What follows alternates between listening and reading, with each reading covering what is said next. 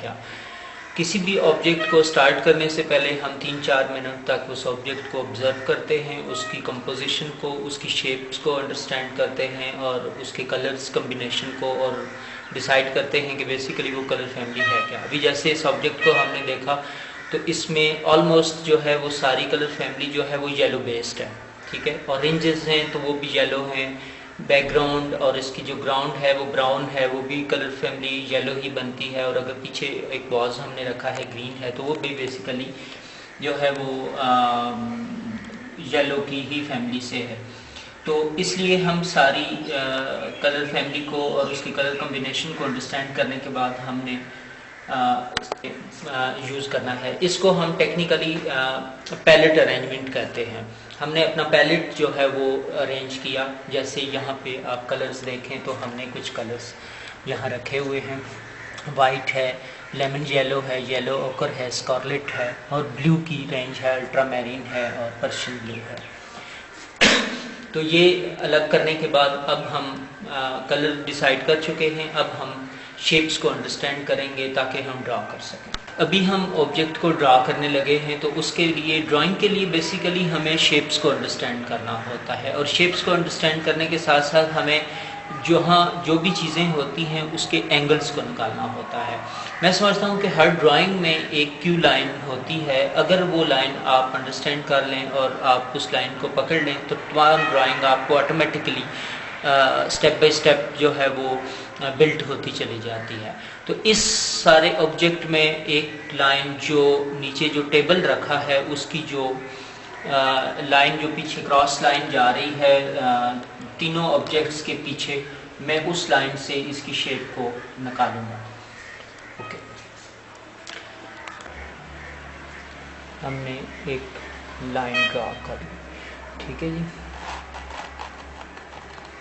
ये हमारी एक बेस लाइन है। हमने तमाम अपने ऑब्जेक्ट्स जो हैं इसी बेस लाइन के अकॉर्डिंग जो है वो ड्रा करने हैं। अब हम अपने जो मेन इस वॉस की शेप को डिसाइड करेंगे। आप देखें कि वो एग्जैक्ट वर्टिकल है, तो हमने वर्टिकल से लेके यहाँ इसको लाइन खींच दी, एक पॉइंट है हमारा, ठीक है। ये अब हमारा सेंटर पॉइंट है जो आपकी डायगोनल लाइन और वर्टिकल लाइन को क्रॉस कर रहा है यहाँ से वॉस, ठीक है।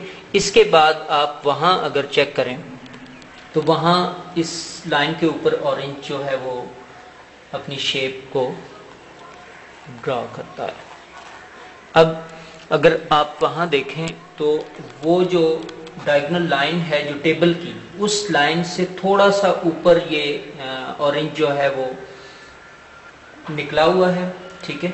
उस लिहाज से हम भी इस लाइन को थोड़ा सा कि आपने जैसे देखा कि वहाँ ये जो टेबल की डायगोनल लाइन है उसको ऑरेंज की ये जो शेप है थोड़ी सी उसके अबव है और उसको क्रॉस करते हुए ये शेप बना रही है। और मैंने ये अब ये शेप मैं वहाँ से ऑब्ज़र्व करते हुए यहाँ पे ले आया हूँ और ये ऑरेंज की शेप बिल्ड की है।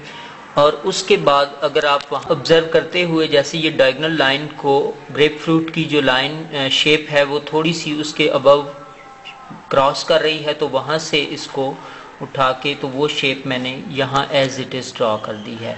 ये बेसिकली आपकी ऑब्जर्वेशन होती है कि आप लाइन टू लाइन, जैसा कि आपने अपने ऑब्जेक्ट में देखा कि ऑरेंज की जो शेप है वो ग्रेप फ्रूट के सेंटर में से क्रॉस, अगर ग्रेप फ्रूट को आप सेंटर में क्रॉस करें तो उसके जो 1/3 है उसमें से उसको क्रॉस करती है, ठीक है।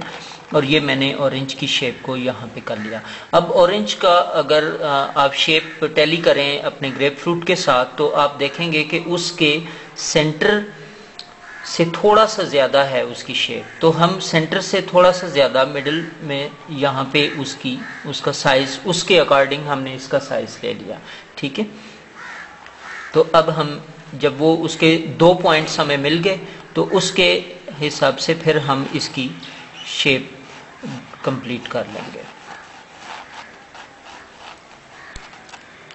किसी भी ऑब्जेक्ट को जब आप ड्रॉ करने लगते हैं तो जो आपका मेन ऑब्जेक्ट होता है, फॉर एग्जांपल इस ड्राइंग में हमारा ग्रेप फ्रूट जो है वो हमारा मेन ऑब्जेक्ट है।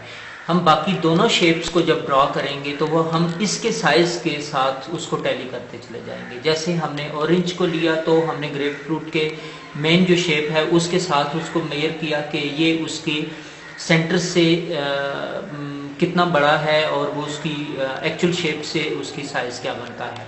अब जब हम वॉज को लेंगे तो तब भी हम इसकी ग्रेप फ्रूट के साइज के साथ उसको टैली करेंगे कि ग्रेप फ्रूट के साइज के अकॉर्डिंग वो कितना बनता है। जो हमारी ग्रेप फ्रूट है, वॉज की शेप को मैंने पेंसिल रख के उसकी विड्थ ली और उस विड्थ को मैंने ग्रेप फ्रूट के साथ जब टैली किया तो वो ग्रेप फ्रूट से थोड़ा सा कम उसकी विड्थ बनती है।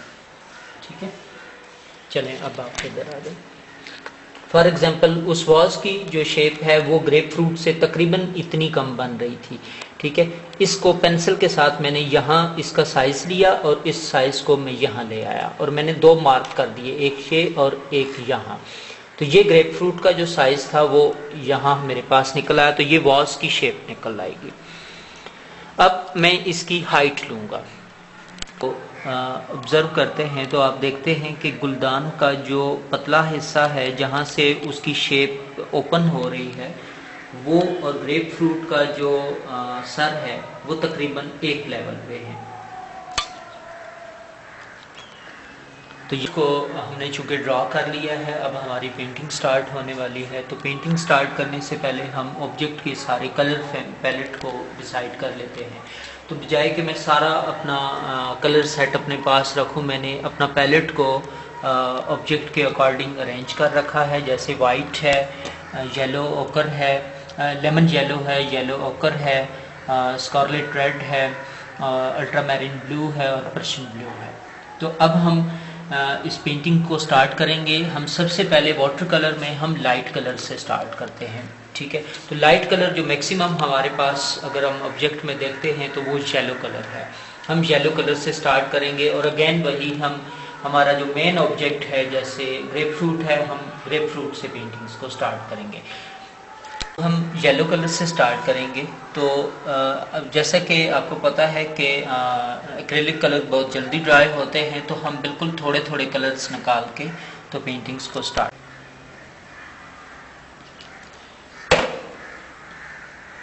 हम इसको लाइट करेंगे।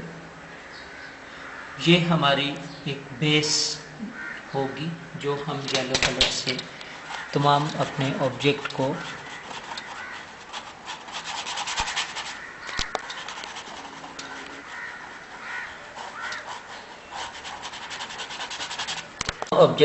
पहले येलो की एक बेस दे दूंगा।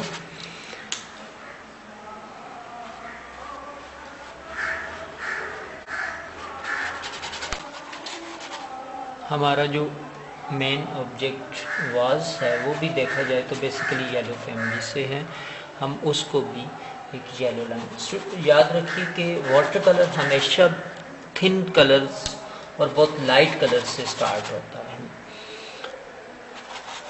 थोड़ी देर वेट करेंगे जब तक कि हमारे पिगमेंट ड्राई नहीं हो जाते सेकंड लेयर के लिए। नेक्स्ट स्टेप की तरफ जा रहे हैं। पहली लेयर हमारी ड्राई हो चुकी है।